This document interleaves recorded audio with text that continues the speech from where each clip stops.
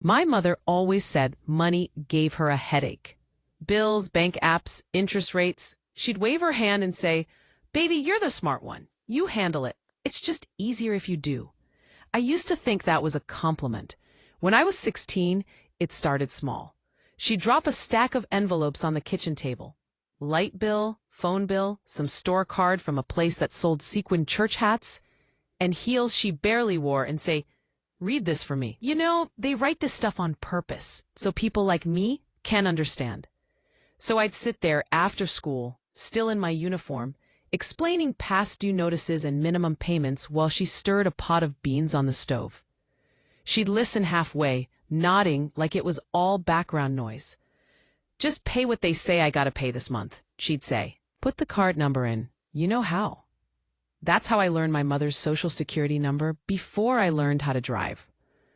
By the time I hit my early 20s, it wasn't just "help me read this." It was open my email and see what the bank wants. Call them and ask why they charged me this fee. "Can you move some money around for me? They talking about overdraft again." On paper, I was just helping. In reality, I was becoming her walking customer service line, her unofficial banker, the person who cleaned up every mess she made with her swipe-happy debit card and "I'll pay it later" promises. And she always wrapped it in the same sentence. "After everything I sacrificed for you, the least you can do is help your mama with some little money problems." That one sentence could shut me up like a switch. I'd remember the late nights she worked double shifts, the way she'd fall asleep still wearing her uniform, the empty chair where my father was supposed to be. Guilt is a powerful drug. When I got my first real job, salary, benefits, direct deposit, my mother cried harder than I did. She took pictures of me in my little blazer and blasted them to every auntie and cousin we had. "My baby made it," she bragged. My investment paid off. At first, helping her felt good. I'd pay a bill here, clear a late fee there. If her account dipped too low before the end of the month, I'd send $100, then $200, then sometimes half my paycheck just this once. "This is temporary," I told myself. "When she gets back on her feet, it'll get better." But temporary has a way of turning into normal when nobody ever says no. One Sunday afternoon, I was hunched over my laptop at her dining table, trying to make her due dates line up so she'd stop overdrafting every 3 days. My own rent, car note, and student loans were all coming out of my separate account, and I was bouncing between tabs, between her chaos and my survival. She watched me for a long time, arms crossed, lips pursed, like she was thinking hard. Then she snapped her fingers. "Okay, look," she said. "This is too much. All this login here, login there, transfer from this to that. It's confusing." I didn't disagree. I felt my eye twitch every time I saw another red negative sign. "You already paying everything anyway," she continued. "Why don't we just simplify?" I should have known that word was a trap. "Simplify how?" I asked. She sat down across from me, leaning in like she was sharing a secret. "We open a new account," she said. "Put both our names on it. Joint or whatever you call it. You have your little money go in there. My check goes in there. All the bills come from one place. I won't have to call you every 5 minutes asking what's due. You just handle it. It's just easier if you do." She said it so casual, like she was suggesting you share a Netflix password. My stomach tightened. Something about it felt wrong, but I couldn't explain it. Joint account. Both our names. All the money in one pot, and I was the one stirring. "Mom, I don't know." I hesitated. "My job does direct deposit. My rent comes out automatically. My car note? All the more reason," she cut in. "Look at you, overwhelmed over there. You got those big girl degrees, you know how to budget. Me? I'm old school. Money in, money out. I ain't built for this app life." She reached across the table and put her hand over mine. Her voice softened. "Baby, I raised you by myself," she whispered. "I didn't ask you for child support back. I didn't send you a bill for every diaper. Now you acting like I'm trying to rob you because I want us to handle things together." The guilt rose up again, hot and familiar. I'm not saying that, I said quickly. Then don't make it a thing, she said, sitting back. We're family. My money, your money, it's all the same. You gonna let some bank rules come between you and your mama? There it was. The test. Good daughters don't say no. Good daughters help. Good daughters don't act funny about money. So I swallowed my discomfort and nodded. Okay, I said. We'll set something up. Her face lit up instantly. See, I knew you'd understand, she said. We'll go down there Saturday. You talk to them people in your fancy work voice. Tell them what we want. You know how to say it so they respect you. And that's exactly what we did. We sat side by side in those stiff bank chairs while some tired rep typed our information into a glowing screen. My mother smiled and joked about how this one's the brains, tapping my shoulder like a proud coach. When they slid the papers across to us, I barely skimmed them. I was too busy trying to prove how grown and capable I was, answering questions, setting up direct deposit, arranging automatic transfers. Yes, my paycheck will go into this account. Yes, I'd like online banking. Yes, we'll both need debit cards. The rep pointed to the signature line. Just sign here, he said. This gives both of you full access to the account. Either party can make changes. Either party. I saw the words. I heard them. I even repeated them in my head. And still, I picked up the pen and signed. My mother signed right under my name, her handwriting big and looping like it always had been on my permission slips. When we walked out with that little folder in her hand, she looked 10 pounds lighter. This is going to make everything so much easier, she said, tucking the folder into her bag. You won't have to stress. I won't have to stress. We a team. I smiled, but it didn't quite reach my eyes. That night, I sat on my own bed, scrolling through the banking app, watching my paycheck settle into that new joint account like it was nothing. I changed my rent auto pay to pull from there. My car note too, my student loan. It felt efficient, streamlined, responsible. Somewhere deep in my chest, though, something small and quiet was tapping on the walls, whispering, "You just handed over the keys to your whole life." I ignored it. I told myself I was overthinking. I told myself this was what grown, loyal daughters did. I had no idea that the same signature I'd scribbled so casually that Saturday morning was going to be the weapon my mother used against me later. The day she closed that very account, took every dollar I had, and called it Payback. If you've never had your entire life collapse in front of a grocery store cashier, consider yourself blessed. It happened on a Tuesday. It always does. The ugly stuff never waits for a dramatic day. It picks the most ordinary one and tears it in half. I'd just gotten off work, still in my badge and flats, hair pulled back the way I always wore it when I knew I'd be staring at spreadsheets for 8 hours. I was tired, but it was the good kind of tired. The I'm doing it tired, the I'm paying my own bills tired. I did my usual loop around the store. Rice, chicken, frozen veggies, the cheap yogurt that's always on sale, a little treat, the fancy dark chocolate bar I only bought on payday weeks. Payday. That word used to feel solid. I wheeled my cart into the checkout line, pulled out my phone, and checked my banking app like I always did before swiping. The balance on the joint account looked fine. Not rich, but comfortable. Enough to cover groceries, gas, and the upcoming automatic withdrawals. I placed my items on the conveyor belt, smiling politely at the cashier. She looked about 19, with long lashes and a tired smile. "How you doing today?" she asked. "Good," I lied. "Just ready to go home." She scanned everything, bagged everything, and gave me the total. I slid my card into the reader on autopilot, barely looking. "Pin in. Processing. Please wait." Declined. I stared at the red letters on the screen. For a second, my brain just refused.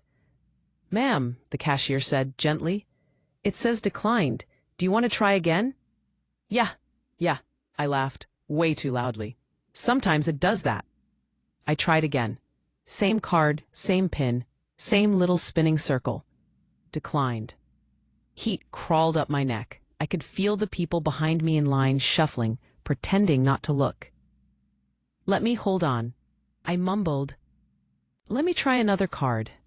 I pulled out my backup debit card, the one I barely used anymore, but had linked to the same account for just in case. Swiped. Waited. Declined. My stomach dropped so fast, I felt dizzy. "Do you want me to suspend this and you can come back?" the cashier asked, her voice trying to balance kindness and the rhythm of her shift. She'd seen this before, too many times. "Can you just give me a second?" I whispered. My hands were shaking as I opened my banking app. Only this time, the usual login screen didn't appear. Instead, I got an error. "Account unavailable. Please contact your financial institution." I tried again. Same message. My heart was pounding in my ears now. "Ma'am?" the cashier said again, more softly. I swallowed my pride, so hard it burned. I'm sorry," I said. "Can you just take off the chicken and the chocolate? I think I have some cash." I dug through my purse like I was searching for buried treasure, fingers scraping the bottom for a crumpled 10, maybe a 5. Somehow, miraculously, I pieced together enough for a bare minimum haul. No treat, no extra, just basics. I walked out of that store with 2 small bags that felt heavier than any cart I'd ever pushed. I sat in my car, closed the door, and the silence hit me like a wave. I opened the app again. Same error. I tried the bank's website in my browser. I logged in with my username and password, fingers fumbling over the screen. This time it let me in, but where my account usually sat, that neat little line with our names and a balance, there was a different message. "Account closed. Balance 00." For a few seconds, I genuinely thought I was reading it wrong. Like maybe I'd clicked the wrong thing, or it was a glitch. I backed out, logged in again, checked the other tabs. Same thing. Closed. 0. It felt like staring at a body with no heartbeat. I checked the date, the time, everything except the one thing that really mattered. The truth I already knew and didn't want to say out loud. Someone had closed my account, my paycheck account, my rent account, my life account, and only 2 people had the authority to do that. Me and my mother. My first thought wasn't anger. It was panic. Raw, choking panic that made my fingertips go numb. My rent was due in 4 days. My car note right after that. My student loans on the 15th. I hit the number for the bank on the back of my card with shaking hands. "Thank you for calling, Representative," I said. My voice sounded strange, like it was coming from underwater. After the usual maze of questions, a guy with a calm, scripted voice came on the line. "How can I help you today?" he asked. "My account," I said. "It's saying it's closed." "That has to be a mistake. I didn't close it." "Okay, ma'am, let me pull that up for you," he said. I could hear keys tapping. "Can you verify your full name?" I did. Gave my date of birth, the last 4 digits of my social, my address, all the pieces of me that apparently still existed somewhere, even if my money didn't. "Okay," he said slowly. "I see the account here. This is a joint checking ending in." He read the last 4. It was mine. Ours. "Yes," I said quickly. "That's the one. It's saying closed." "That's correct," he replied. "This account was closed yesterday." I gripped the steering wheel. "Yesterday? Closed by who?" There was a tiny pause on his end, just enough to let me know this was about to hurt. "It says here the closure was requested in person by one of the account holders," he said. "The funds were withdrawn via cashier's check at the time of closing." My mouth went dry. "One of the account holders?" I repeated. "There are 2, me and my mother. I did not close it. Are you saying my mother came in and closed our account?" "I can't disclose which party made the request," he said quickly, slipping into policy. "But since this is a joint account, either party has full authority to close it and withdraw funds. Either party." The same words from the day we opened it.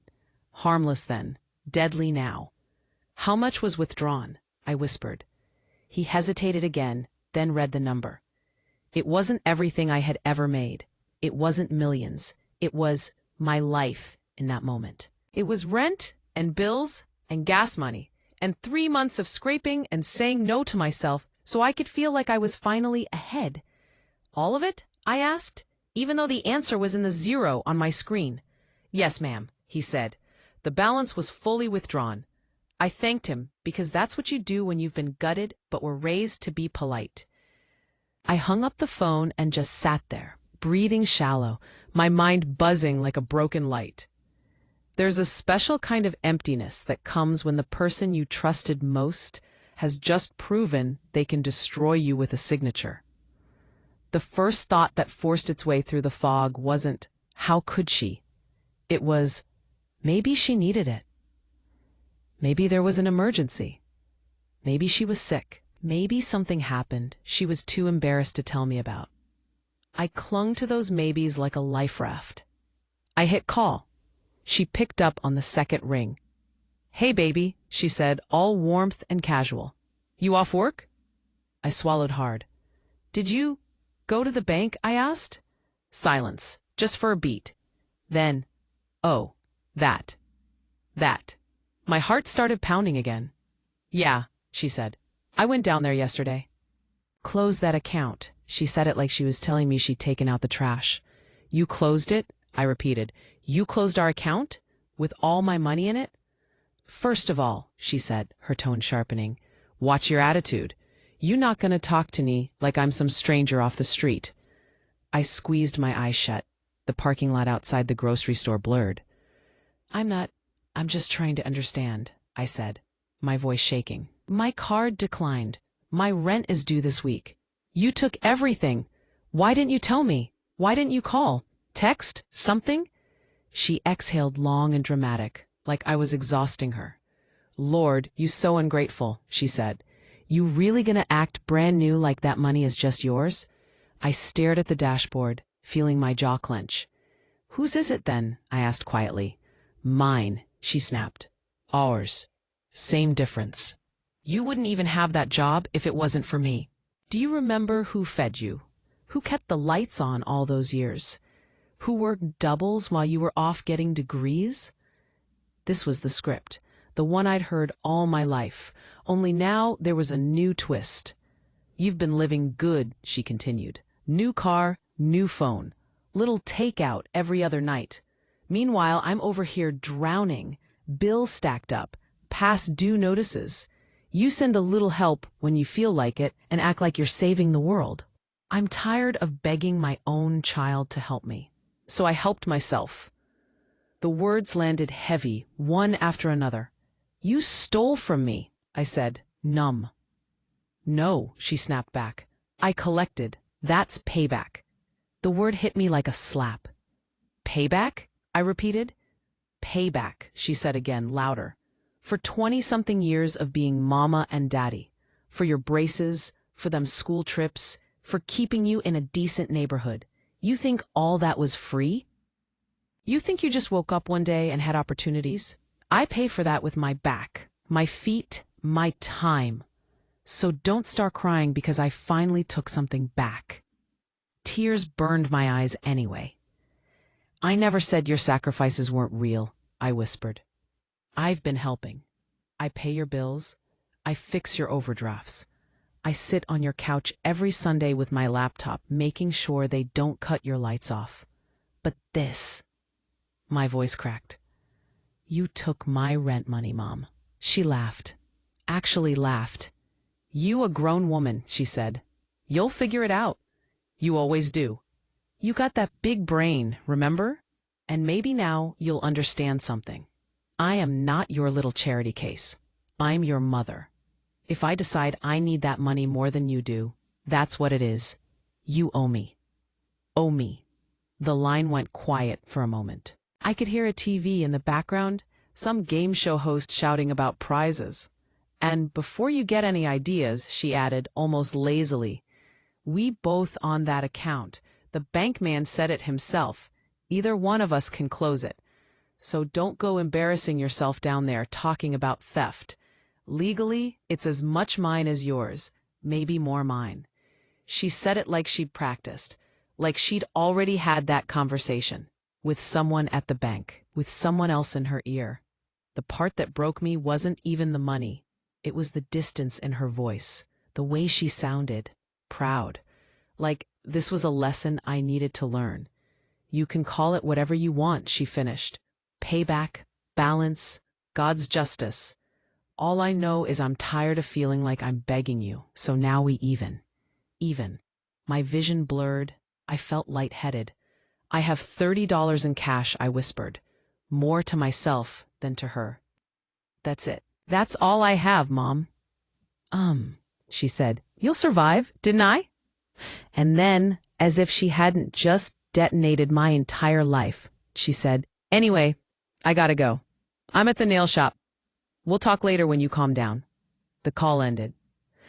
I sat there in the front seat of my car with 2 half-filled grocery bags and a 0.00 balance in my account, listening to the echo of her words. That's payback. For a long time, I didn't move. I just stared at my own reflection in the dark screen of my phone. Payback for diapers. Payback for food. Payback for doing what parents are supposed to do. Something inside me folded in on itself. The little girl who spent Sunday afternoons paying her mother's bills. The college student who skipped meals so she could send an extra 100 home. The grown woman who opened a joint account because it's easier if I handle it. She all went quiet at once. In the silence, something else woke up. Not rage, not yet. Just a cold, terrifying clarity. If my own mother could close my account, wipe out my savings, and call it payback without blinking, what else had she done in my name that I didn't know about? That was the thought that finally made me put the car in drive and head, not home, but to the branch in person. The bank lobby smelled like polished wood and old money, fake plants in shiny pots, motivational posters about financial freedom, and a line of people pretending not to listen to each other's business. I walked in clutching my 2 grocery bags like armor. I probably looked fine from the outside. Work clothes, neat bun, neutral face. But inside, everything was rattling. A woman at the front desk gave me the customer service smile. How can we help you today? My account, I said. My voice sounded tight even to my own ears. It's showing as closed. I just spoke to someone on the phone, but I need to see the paperwork in person. Of course, she said. Do you have your ID? I handed it over. She typed something into her computer, eyes flicking from the screen to my face, like she was trying to make sure I matched the disaster in front of her.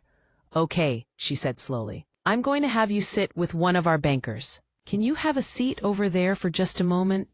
I sat in the little glass office by the window, the kind of space where people usually came to open their first savings account or sign mortgage papers. I tried not to think about the fact that the last time I'd been in one of these rooms, my mother had been at my side, her arm looped through mine, saying, Put us both on it. It's just easier that way. We're family. Now it felt like she'd walked me into a trap and asked them to lock the door behind me. A banker in a navy suit came in, holding a slim black folder and the kind of gentle expression people reserve for bad news. He was maybe in his 40s, brown skin, tired eyes, wedding ring. Ms. Mister? He asked. Yes, I said, standing automatically. He gestured for me to sit. My name is Harris, he said. I understand you have some questions about your account, about why it's gone, I said, and where my money went. He nodded, like he'd expected that. So I did review the file before I came over, he said, opening the folder. This was a joint checking account, correct? You and my mother, I said. Yes. All right, he continued carefully. Yesterday at 3:17 p.m., the account was closed in branch. The other account holder presented ID and signed the closure request. A cashier's check was issued for the full remaining balance. He slid a printed transaction history across the desk. It was the line, account closure, cashier's check number, amount, entire balance. Was any notice sent to me? I asked. Any call, text, email? He shook his head. With joint accounts, either signer has full authority to close the account at any time, he said. We are not required to notify the other party in advance. She said it softly, but the meaning was still a brick to the chest. I get the policy, I said. I read the little brochure when we opened it.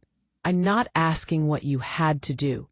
I'm asking if anyone in this building looked at that balance, looked at the fact that there were direct deposits every 2 weeks, rent payments every month, and said, hey, maybe we should make sure the other person knows they're about to lose everything. His jaw tightened just a bit. I understand how upsetting this is, he said. I really do. But from a legal standpoint, this was a valid closure. She's an authorized owner. Even if she took every dime I've earned for the last year, I asked. He didn't answer that, not directly. Instead, he tapped the folder. What I can do is print you a complete history of the account, he said. Every transfer, every withdrawal for the last 12 months. And we can help you open a new account in just your name today. No joint access, no one but you. My first instinct was to say, what's the point?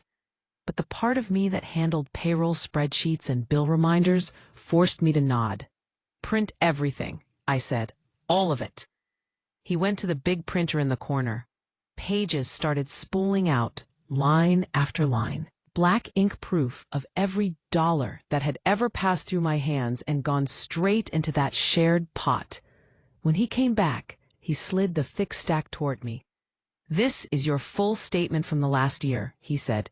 And this, he added, placing another page on top, is the closure form. For your records. I picked up the last sheet. There it was. My mother's name, the date, her signature in that familiar looping script, and below it, a neat box checked. Issue cashier's check payable to her full name. It was one thing to know she'd taken it. It was another to see her name on a line where mine should have been too. Payable to her. She hadn't closed it to protect us. She hadn't split it. She hadn't left me anything. She took every cent and made sure it walked out of that building with her name on it. The emptiness inside me, the hollow ache from the grocery store, shifted. It didn't fill with anger yet, not fully. It filled with something sharper. Information. Can I ask you something? I said quietly. Of course, Harris replied. If you were me, I said, looking him right in the eye, and you just watched your own mother empty your account and call it Payback, what would you do next? He blinked, caught off guard. For the first time, the professional mask slipped, and I saw the regular man underneath. I can't give you legal advice, he started. I'm not asking you to, I said. Just human advice. He exhaled slowly, glancing down at the papers like they might answer for him. If it were me, he said finally, I'd open a new account in my name only. Today. I'd reroute my direct deposit before the next paycheck hits. And then, he hesitated. I'd pull my credit report, he finished. All 3 agencies. Sometimes when people feel entitled to your money, they feel entitled to other things too. Other things. The words landed heavy. He wasn't just talking about one account. You think she might have, I started. I don't know anything, he said carefully. I just see a lot of situations where family borrows more than money. Names, numbers, signatures. Names, numbers, signatures. My stomach rolled. I'll open that new account, I said. Just me, no one else. We went through the motions, forms, disclosures, a new debit card on the way. It felt surreal, like setting up a spare bedroom in a house that was already on fire. When I left the branch, I had a folder full of statements, a brand new account in only my name, and a question echoing in my head. What else has she done with my name? I sat in my car again, but this time I didn't cry. I opened my phone, went straight to one of those free credit report sites, and requested all 3. I'd always meant to do it one day, like a responsible adult. Funny how you don't really understand the value of something until you suspect your own mother might have been playing dress-up with your identity. While the reports loaded, I drove home on autopilot. Same streets, same buildings. Everything looked normal, like the world hadn't just shifted under my feet. By the time I climbed the stairs to my apartment, kicked off my shoes, and dropped the grocery bags on the counter, the emails were waiting. Your credit report is ready. 3. I sat at the kitchen table, laptop open, the late afternoon light slanting across the scratched wood. The apartment was quiet. Too quiet. It used to feel like a safe little box I'd carved out of chaos. Now it felt like a crime scene I hadn't noticed yet. I clicked the first report. At the top, it looked okay. My student loans, my car, the credit card I actually used. But further down, the section labeled Other Accounts started to blur. Store card, opened 2 years ago. Balance, $3,200. Past due 60 days. Address my mother's house. I frowned. I had never opened a store card in my life. I hated those pushy, save 15% today offers. I clicked the details. The address on the application wasn't my apartment. It was my old house. Her house. The second report had more. Retail card, opened 18 months ago. Balance, $1,890. Address, her house. Personal loan, opened 11 months ago. Original balance, $10,000. Status delinquent. Address, her house. My chest tightened. Third report, installment loan, furniture appliance, opened 9 months ago. Status charge-off. Address, her house. Line after line of things I'd never bought, with money I'd never seen, all tied neatly to my name, my social, and her address. For a long time, I just stared at the screen. I thought about all the times she'd called me in a panic. Baby, they charging me all these fees. Baby, can you help me this month? Baby, you know I wouldn't ask if I had anybody else. It hit me like a physical blow. All that time I thought I was bailing her out. I'd been bailing myself out of debts I didn't even know existed. ECP. The emptiness I'd been carrying around since the grocery store shifted again. It hardened. It focused. ECP. This wasn't just payback. This was a pattern. This was theft with my baby pictures on her mantle. I pulled out a pen and started writing. Every account, every dollar, every date. I printed the reports. I highlighted the addresses. I circled the words opened in your name and delinquent. When my hands started to cramp, I still didn't stop. By the time I was done, there was a pile of paper on my table that looked a lot like a story. Not the one my mother always told. I sacrificed everything for you. No, this was a different story. I took everything from you and then I called it love. I opened my browser again and typed. Parent committed identity theft using my name. What do? The search results filled the screen. Articles, forums, legal aid sites. Stories from people who sounded too much like me. My mom opened credit cards in my name. My dad took out a loan with my social. My parents say I owe them because they raised me. The advice repeated over and over. Document everything. Separate your finances completely. Consider filing a police report, even if it's family. You are not crazy. You do not owe them your future. I sat back in my chair, those words burning themselves into me. You do not owe them your future. All my life, my mother had trained me on one sentence. You owe me.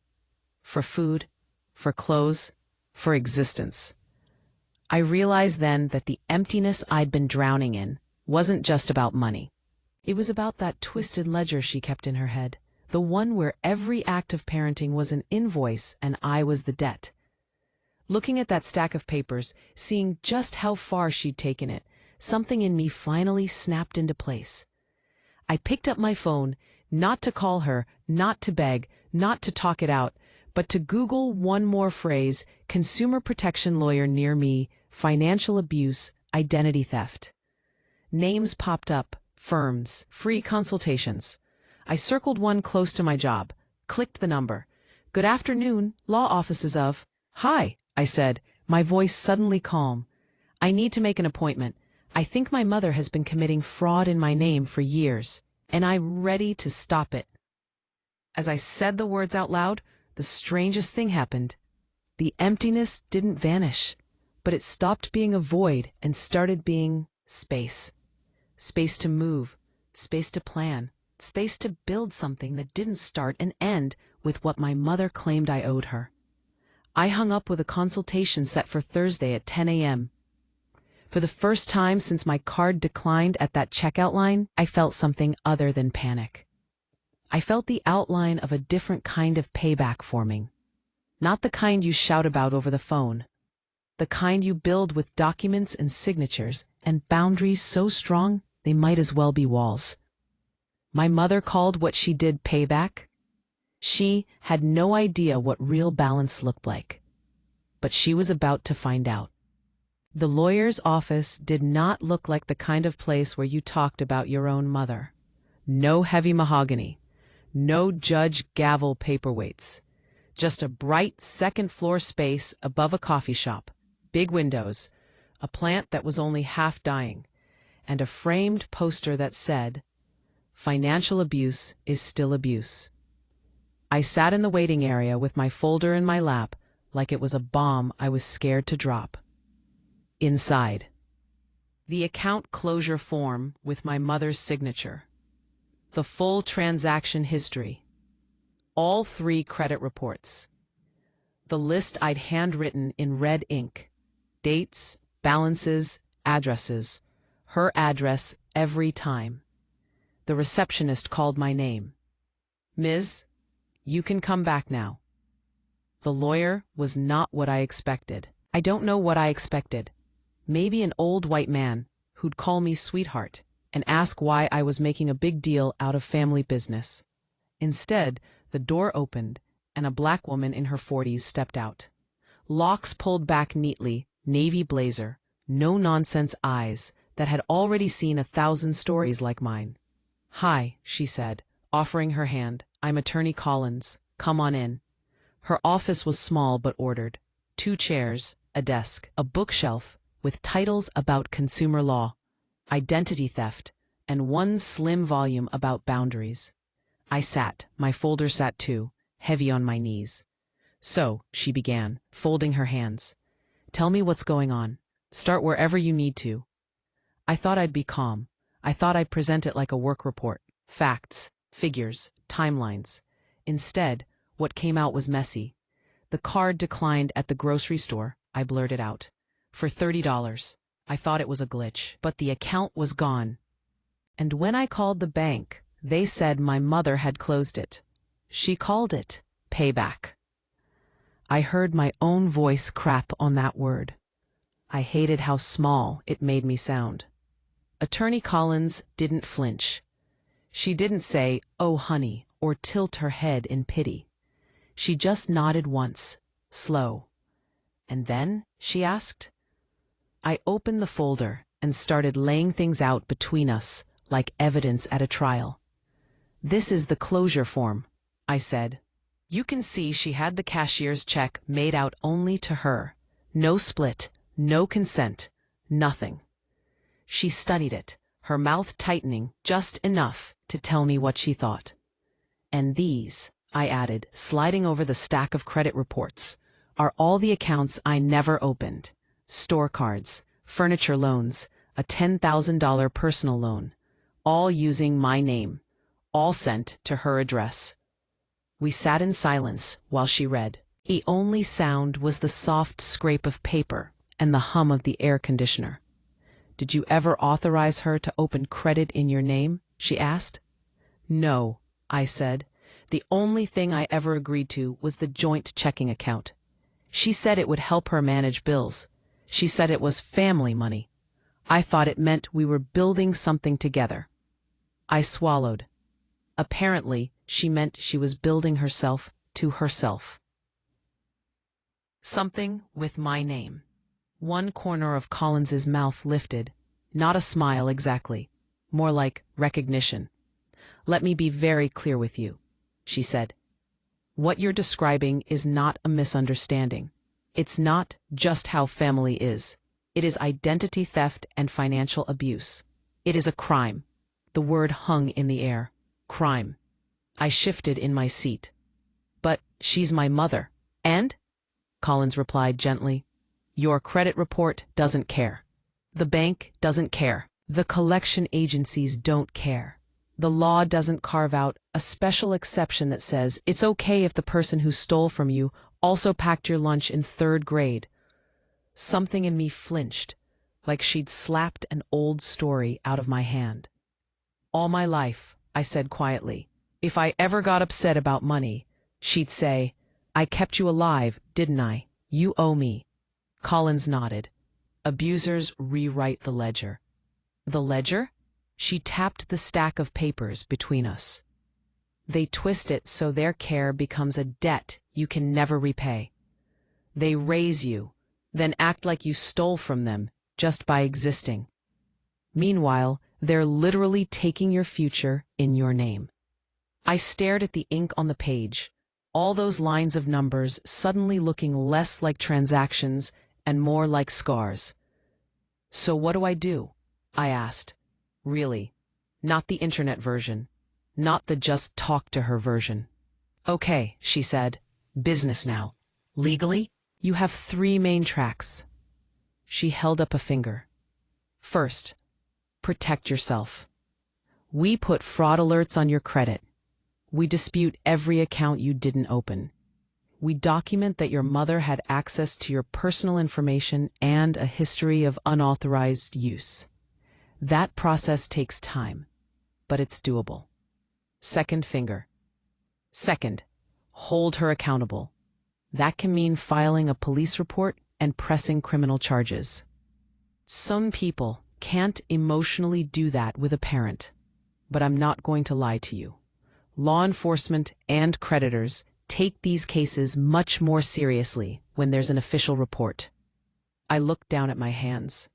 My fingers twisted in my lap, remembering all the times my mother had said, "You gonna call the cops on your own blood?" Like that was the ultimate betrayal. Third finger. Third, negotiate if you want. Sometimes. We approach the person first. We lay out everything we know. We give them a choice. Sign a restitution agreement, admit in writing that these accounts were opened without your consent so we can clean your credit. Or we proceed with full legal and possibly criminal action. She sat back. None of these paths are easy, she said, but staying where you are, letting her keep using your name, while she calls it payback, that's not easy either. That's just slow destruction. I let out a breath I hadn't realized I was holding. What would you do? I asked. She shook her head. My job isn't to tell you what to do. It's to make sure whatever you choose, you're no longer alone doing it. Alone. That word pierced me more than crime had, because that's what it had always been. Me, alone, trying to plug the holes in a sinking boat my mother kept drilling more holes into while telling me I should be grateful she bought the boat in the first place. Can we? I hesitated. Can we start with protecting my credit and the negotiating option? Absolutely, she said. We can draft a letter that lays out everything. The unauthorized accounts, the bank closure, the identity theft. We can give her a deadline and very clear terms. What kind of terms? Collins pulled a legal pad closer and started writing in neat, decisive strokes. Number 1. She immediately returns the funds she withdrew from the joint account in full, via cashier's check or certified funds. Good, I said, a flicker of satisfaction warming my chest. Number 2. She signs a sworn affidavit admitting that she opened the following accounts without your knowledge or consent. She continued, tapping the credit reports. We use that to dispute the accounts and remove them from your credit file. And if she refuses? Then, number 3 kicks in, Collins said. We proceed with filing a police report and civil action for damages. And we make it very clear that we are fully prepared to do that, no empty threats. My heart hammered, but for once it was from something other than panic. You think she'll take it seriously? I asked. She called draining your account payback, Collins said dryly. She clearly understands leverage. She just hasn't met someone willing to use it back on her. We went through every detail for over an hour. By the end, my folder was lighter. Half the documents had migrated to her side of the desk. But weirdly, I felt heavier in a good way, like I was finally carrying something solid instead of fog. I'll have the draft ready by tomorrow, she said. We'll send it by certified mail and email, if you have her address for that. Oh, I have everything, I said. I've filled out enough forms in her name to know every line by heart. Collins gave me a look that was equal parts sad and impressed. As I stood to leave, she added one more thing. Prepare yourself, she said. When she gets this letter, she's not going to say, "You caught me, I'm sorry." She's going to attack. Guilt, screaming, maybe even telling other relatives you're trying to ruin her. That's what she always does, I said. The only difference is, this time I'll have a lawyer instead of just a headache. She smiled. Exactly. The letter went out the next day. 4 pages. Page 1, a calm, clinical summary of what we knew. Page 2, a list of every unauthorized account and the dates they were opened at her address. Page 3, the demand for repayment of the joint account funds. Page 4, the ultimatum. Sign the attached affidavit and repayment plan within 14 days, or we move forward with law enforcement and civil litigation. Seeing my mother's full name in that formal "Dear Mrs." at the top was strange. Like the universe had relabeled her. Not Mom. Not Mama. Not the one person you owe everything to. Just a person. A person who had done harm. A person who was going to be held accountable. We didn't have to wait long for her response. The certified mail tracking updated. Delivered. Signed for. 2 hours later, my phone lit up. Mom. For the first time in my life, I didn't answer on the first ring. I let it buzz all the way through. Then watched it immediately start again. I exhaled, turned on the call recorder app Collins had suggested, and this time I picked up. "What is this?" she screamed before I could say hello. Her voice exploded through the speaker so loud I had to hold the phone away from my ear. "You sent me some lawyer letter? Talking about fraud and identity theft. Have you lost your mind?" I stared at the ceiling, letting the sound wash over me. "Hi, Mom," I said quietly. "I see you got the packet." "Don't you hi Mom me," she snapped. "You ungrateful child, after everything I've done for you. I put a roof over your head. I put food in your mouth. I bought you school clothes. I went without so you could have." "There it is," I murmured. "The invoice." "What?" "The list," I said. "The one you always pull out when you want to make me feel like breathing in your house was theft." There was a beat of silence. She hadn't expected me to say that. "How dare you?" she hissed. "You gonna drag me into court over money I already spent on you? You owe me, girl. You hear me? You owe me. That money was payback. You think diapers were free? You think school supplies were free? You think you used my name to open loans?" I cut in, my voice suddenly steady. "You used my social security number. You put debt in my name, at your address, without telling me. And you drained our account behind my back and called it payback. That is not parenting. That is a crime. You gonna send me to jail?" she demanded.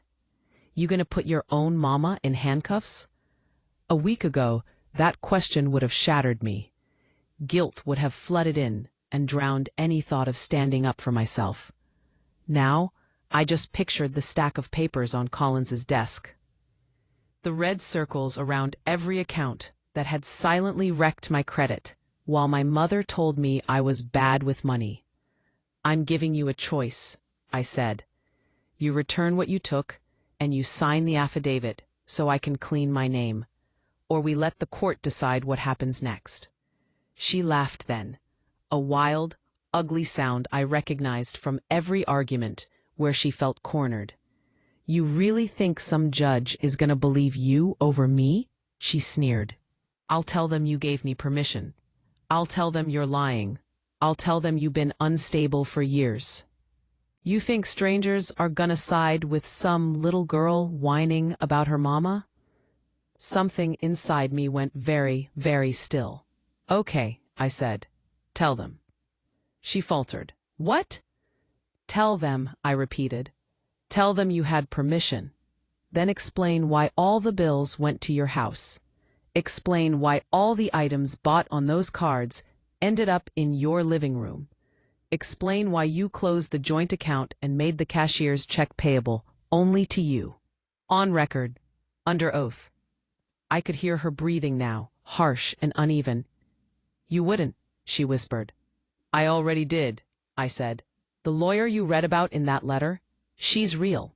The file is real. The timeline is real. I'm not threatening to get help, Mom. I already have it." Silence. "Why are you doing this to me?" she finally asked. And this time, her voice sounded small, weak. The way mine had always sounded when I tried to stand up for myself and then folded.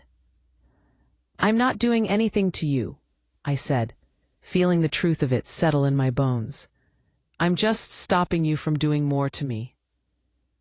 For a moment, I thought she might switch tactics. Apologize, cry, bargain. That was usually her next move. Instead, she spit out one last line, acid-dipped in nostalgia. "You'll regret this," she snarled. "No one will ever love you like I did." I thought about the empty bank account, the ruined credit, the years of being told I owed her for every basic thing a parent is supposed to provide. "I really hope that's true," I said softly, "because I don't ever want to be loved like this again." Then I hung up. I sat there, phone still in my hand, the echo of her anger buzzing in the silence. For the first time, I didn't immediately call a friend to explain or defend myself.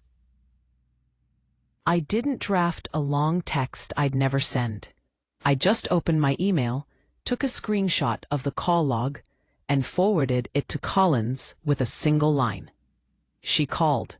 You were right. Please proceed." My mother had always believed she was the only one allowed to balance the books between us. She had no idea that I had finally hired my own accountant. For my money, for my name, for my life. Her version of Payback was taking everything and calling it love. Mine was coming. And it was going to be written in ink she couldn't erase. In the end, it didn't come down to love. It came down to ink.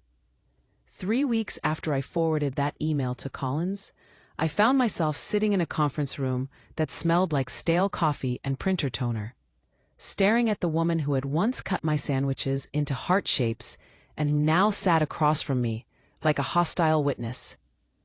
My mother didn't look at me when I walked in. She was in her Sunday wig and her good coat, the one she usually saved for funerals and graduations. Today, it was for something in between, the death of the version of herself that never thought I'd push back. She had a public defender with her, a tired man in a cheap suit who kept rubbing his temples like he wanted to be anywhere else. Collins slid a folder to the center of the table. Not aggressive, just precise. "Mrs. she said calmly, "as outlined in our previous correspondence, this is your daughter's final offer before we proceed with the criminal complaint and civil filing." My mother snorted. "Final offer," she muttered, like we were haggling over a used car instead of my future. I said nothing. I just watched. Collins opened the folder and laid out 3 documents in a neat fan. "First," she said, tapping the top page, "a restitution agreement for the funds withdrawn from the joint account. You will repay the full amount in monthly installments into an account solely in my client's name. No debit card, No shared access. No exceptions. Mom's mouth curled. And where exactly you think I'm going to get that kind of money? I leaned forward for the first time. The same place you got it before, I said quietly. My labor, my name. Only this time it will be above the table. Her eyes flashed. For a second, I thought she'd lunge, the way she used to when I was a teenager and said the wrong thing. But there was a wall now. The law, Collins, the thin recorder on the table. She stayed in her chair. Second, Collins continued, unfazed, this is the sworn affidavit. You will affirm that the accounts listed on pages 2 and 3 were opened without your daughter's knowledge or consent, using her personal information, mailed to your address, and primarily used for your expenses. The public defender finally spoke. You understand that signing this means admitting to fraud, he said softly to my mother. But it also significantly reduces the likelihood of criminal charges if Miss Quate chooses not to pursue them. Mom shot me a look like she wanted to burn through my skin. You really that desperate to make me the villain? She demanded. I met her eyes. For once I didn't flinch. You did that yourself, I replied. All I'm doing is putting it in writing. Her lawyer skimmed the third document. And this one? Agreement not to open future credit in my client's name, Collins said. No new accounts, no co-signing, no emergencies. If she discovers additional accounts in the future, this document acknowledges that we will treat them as intentional, not accidental, and proceed accordingly. My mother laughed, a short, bitter bark. So that's it, she said. You cut me off. You drag me into some fancy office. You make me sign my own mugshot. And then what? You walk out like you don't know me? It hurt. God, it hurt. There was still a part of me that wanted her to suddenly soften, to say, I'm sorry, baby, I went too far. She didn't. Instead, she said the same thing she always said, dressed up in new words. You think you're better than me, she sneered. With your lawyer and your little spreadsheets. You wouldn't even have a life without me. And this is how you repay me? I could have gone there, listed all the nights I worked extra shifts while she borrowed my tips, all the birthdays that disappeared into past due notices with my name on them. I didn't. Because this moment wasn't about proving history to her. It was about recording it for the people who could actually change something. The credit bureaus, the banks, the courts, and most of all, me. I'm not better than you, I said. I'm just done owing you my future. Silence settled heavy over the table. Collins slid a pen across the documents.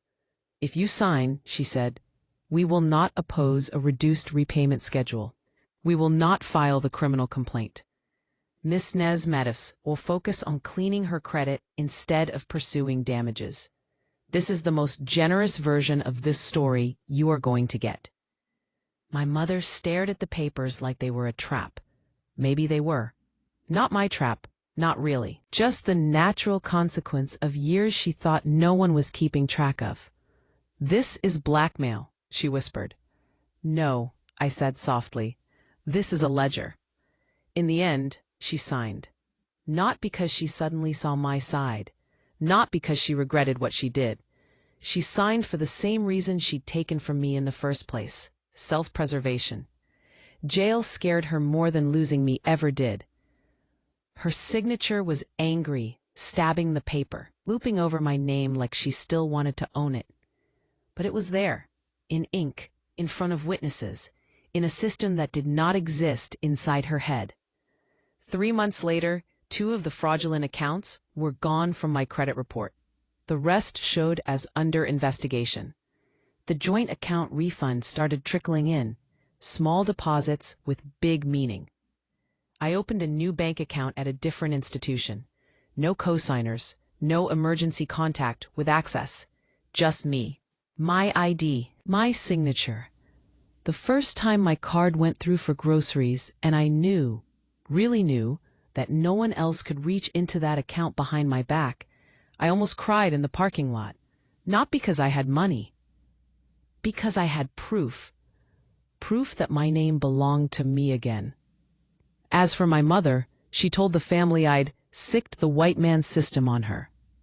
Even though my lawyer was a black woman who wore her hair the way Mom always said was unprofessional, she told them I was ungrateful, disrespectful, brainwashed. Some believed her. Some called me quietly, asked, "Is it true?" And then in a lower voice, "Can you send me your lawyer's number?" Turns out, I wasn't the only one in my family with a ledger full of invisible debt written in somebody else's handwriting. I blocked my mother's number after the repayment schedule was finalized. Not out of spite, out of necessity. You cannot heal a wound while someone keeps picking at it and calling it love. Now, when I look at my bank app, I don't just see numbers. I see boundaries. I see every line of that affidavit. I see the day I chose to believe that what she did to me was real enough, serious enough, wrong enough to fight. She called draining my account payback. My payback wasn't watching her suffer. It wasn't some dramatic courtroom collapse. My payback was walking into a future where my mother's favorite story about me, "You owe me," finally stopped being true.